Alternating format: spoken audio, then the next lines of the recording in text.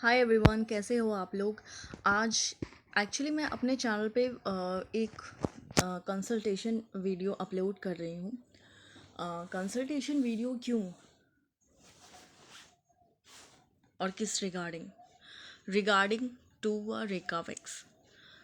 वो इसलिए कई क्लाइंट्स आपको ऐसे मिलते होंगे जो रीका वैक्स कराने से डरते हैं। ऐसा नहीं है कि उनका बजट उस चीज़ पे बैठता नहीं।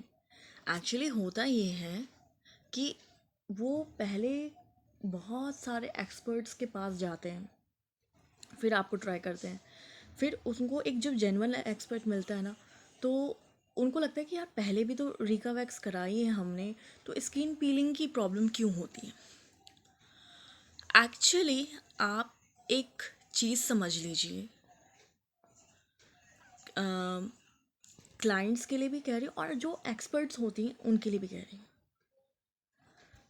पहली बात, आपको जो ड्राई स्किन होती है उनको आप सेम डे बॉडी ब्लीच और रीका वैक्स नहीं दे सकते। क्यों? क्योंकि रीका वैक्स जो होती है वो हार्ड वैक्स होती है और वो स्किन पीलिंग प्रॉपर्टीज़ के साथ आती है। अब होता ये है कि जब सेम डे हम मान लो पहले बॉडी ब्लीच कर दी, उसके बाद ब्लीच के बाद हमने रीका वैक्स कर दी, तो उनकी स्किन पील होनी है, गारंटेड है। या तो आप 48 आवर्स का गैप रखो। वैसे आप जब क्लाइंट की बॉडी पे रीका वैक्स करोगे, मैं जितने भी एक्सपर्ट्स हैं, ब्यूटी एक्सपर्ट हैं, मैं उनको बात कर रही हूँ, क्लाइंट की बॉडी पे जब आप रीका वैक्स करोगे, पहले उनकी स्किन आपको चेक करनी है अच्छी तरह से। क्या उनकी स्किन ऑयली स्किन है या ड्राई स्किन है या कॉम्बिनेशन है या नॉर्मल है। अब मैं बताती हूँ आपको, oily combination to oily skin जो होती हैं वो थोड़ी हाइड्रेटेड होती है। प्री वैक्स जेल लगाने के बाद आप जब उनको एप्लीकेशन पाउडरिंग करने के बाद जो एप्लीकेशन करोगे, तो आप को इतना ध्यान देने की ज़रूरत नहीं है। लेकिन जो ड्राई स्किन होती हैं, I am talking, remember that I am talking about normal to dry skin, इनका जो पीएच लेवल जो होता है वो थोड़ा अलग होता है। इनकी स्किन पे आप पहले बॉडी पे कोई मिनरल ऑयल लगा के, उसके बाद वैक्स जेल लगा के जब यूज़ करोगे आप, तो इस जब स्किन पे जो आप वैक्स जेल आप जब यूज़ करोगे, तो उसके बाद पाउडरिंग करके करना।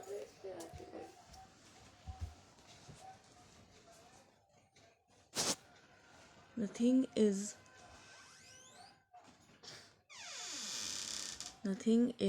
कि आपको उसकी क्लाइंट्स की ना प्रॉब्लम नहीं आएगी। और आपको एक चीज़ मैं बताऊँ, रीका वैक्स करने के बाद ब्लीचिंग करने की ज़रूरत ही नहीं पड़ती, क्योंकि स्किन में जितनी भी टैनिंग होती है, पहली बात तो ब्लीच का क्या काम होता है, स्किन की टैनिंग ख़त्म करना, स्किन के जो बाल हैं वो ब्राउन करना। The logic is very simple. Tanning है नहीं, बाल है नहीं, तो और ग्लो अपने आप करती। तो आप ये चीज़ ना क्लाइंट्स को बताओ। आप एक बार हो सके तो क्लाइंट्स को पैच टेस्ट भी आप करके देख सकते हो एक बार, क्योंकि दैट इज़ द थिंग कि आपका जो क्लाइंट है ना, आपसे फिर वो वाली बात नहीं हो जाएगी आपके साथ कि नहीं यार, मेरी तो स्किन पील हो चुकी है। राइट प्रोसेस से करिए आप। मान लो इन केस वो रीका वैक्स छोटे छोटे पैचेस में लगती हैं, और उसमें ही प्रेस एंड पुल टेक्निक होती हैं, आप उसको रीएप्लिकेट नहीं कर सकते। अगर मान लो कहीं पे आपका हेयर थोड़ा सा छूट जाता है तो आप इनडायरेक्ट प्रोसेस से आप वैक्सिंग करोगे। लाइक पहले आप स्ट्रैप पे लगाओगे वैक्स, फिर उसके बाद फ्रेशली स्क्रैप होना चाहिए, फ्रेशली स्ट्रैप पे लगाओगे वैक्स, फिर क्या कहते हैं जहाँ पे हेयर छूटा हुआ है वहाँ पे पाउडरिंग करोगे, उसके बाद उस स्ट्रैप को लगाओगे, अपोजिट डायरेक्शन में पुल करोगे। That is the only thing you need to know. अगर आपको मेरा वीडियो अगर पसंद आए तो आप मेरे चैनल को लाइक शेयर एंड सब्सक्राइब कर लीजिए। एंड द थिंग इज़, आपको मैं एक और चीज़ मैं आपको बता रही हूँ, क्लाइंट्स क्या होता है ना, लैक ऑफ नॉलेज जो हम किसी अकेडमी से सीखते हैं ना, और एक होता है कि हम किसी सैलून में जाके सीखते हैं, दोनों में बहुत डिफरेंस है। आप सैलून में जब जाके आप सीखते हो, एक्सपर्ट्स के लिए मैं ये बात बता रही हूँ, और बहुत सारी चीज़ें, तो क्या कहते हैं ना, वहाँ पे आपको इतनी थ्योरी नॉलेज नहीं देती। वहाँ पे हाँ क्लाइंट है, ये है ये है ये है, बस दैट्स इट, ये काम करना है, इस तरीके से करना है। लेकिन जब आप किसी एकेडमी में जाते हो, आपको थ्योरी समझाई जाती है, ये स्किन है, इसकी डर्मिस लेयर है, अपर डर्मिस लेयर है, डीप लेयर है, तो आप क्या कहते हैं, आपको मतलब वो थ्योरी नॉलेज होनी बहुत ज़रूरी होती है। प्रैक्टिकल नॉलेज तो ज़रूरी है, थ्योरी नॉलेज भी होनी ज़रूरी है। और जो एक्सपर्ट होता है ना, उसको पता होता है कि हाँ ये स्किन है, सेंसिटिव स्किन है, ड्राई सेंसिटिव है, ऑयली सेंसिटिव है, ऑयली सेंसिटिव है तो इसमें क्या है, पिंपल और रैशेस हो जाते हैं। ड्राई स्किन है, स्किन में रेडनेस हो जाती, उसको नॉलेज है, क्योंकि उसको वो स्किन देख के बता देगा कि हाँ मैम आपकी स्किन ओवर सेंसिटिव। तो दैट इज़ द थिंग कि एक एक्सपर्ट जो इंसान होता है ना, उसको पता होता है। और जो मैं किसी को वो नहीं कर रही, क्रिटिसाइज़ नहीं कर रही हूँ मैं। देखो कहते हैं ना कि एक वर्ड आता है कॉपी कैट, मैं जैसा कर रही हूँ मेरे को देख देख के, मेरे को देख देख के, तो जो मैं कर रही हूँ मुझे उस चीज़ की नॉलेज है। अगर कोई मेरे को देख के सीख रहा है, that is not my problem.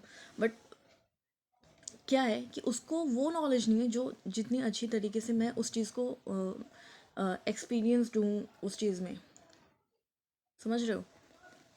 मेरे को आज के टाइम पे मतलब इतना एक्सपीरियंस हो रखा है कि हाँ ये जो बंदी आ रही है ना मेरे पास, इसकी थ्रेडिंग भी करनी है तो किस तरीके से करनी है। एक सिंपल सी बात है, अपर लिप्स फोरहेड की बात कर रही हूँ मैं, आईब्रो थ्रेडिंग की बात नहीं कर रही। मुझे पता है, क्योंकि अगर इसके स्किन पे अगर 2 बार भी धागा चल गया ना और एकदम से चल गया तो हाँ कट लगने की चांसेस हैं। तो जहाँ चांसेस हैं वहाँ पे कोई रिस्क नहीं लेना है क्लाइंट्स की। आप ये बात हमेशा याद रखना। कई ब्यूटिशियन को देखा है, जहाँ चांसेस हैं वहाँ पे वही चीज़ करनी है। क्यों करनी है, क्यों लेना है चांस, क्लाइंट क्यों ख़राब करना है। That is the thing. जहाँ चांसेस हैं, मुझे पता है कि क्या कहते हैं, मैं अगर मेरी स्किन पे 2 बार धागा लग जाएगा तो मेरे कट लगने के चांसेस हैं 70%, तो मैं 30% का चांस क्यों लूँ। जहाँ चांस है, रिक्स के चांसेस हैं। क्लाइंट आपको पे कर रहा है मैम, एक्सपेरिमेंट मत करिए उसके साथ। Thank you. चैनल को like and share and subscribe कर दीजिए। Thank you.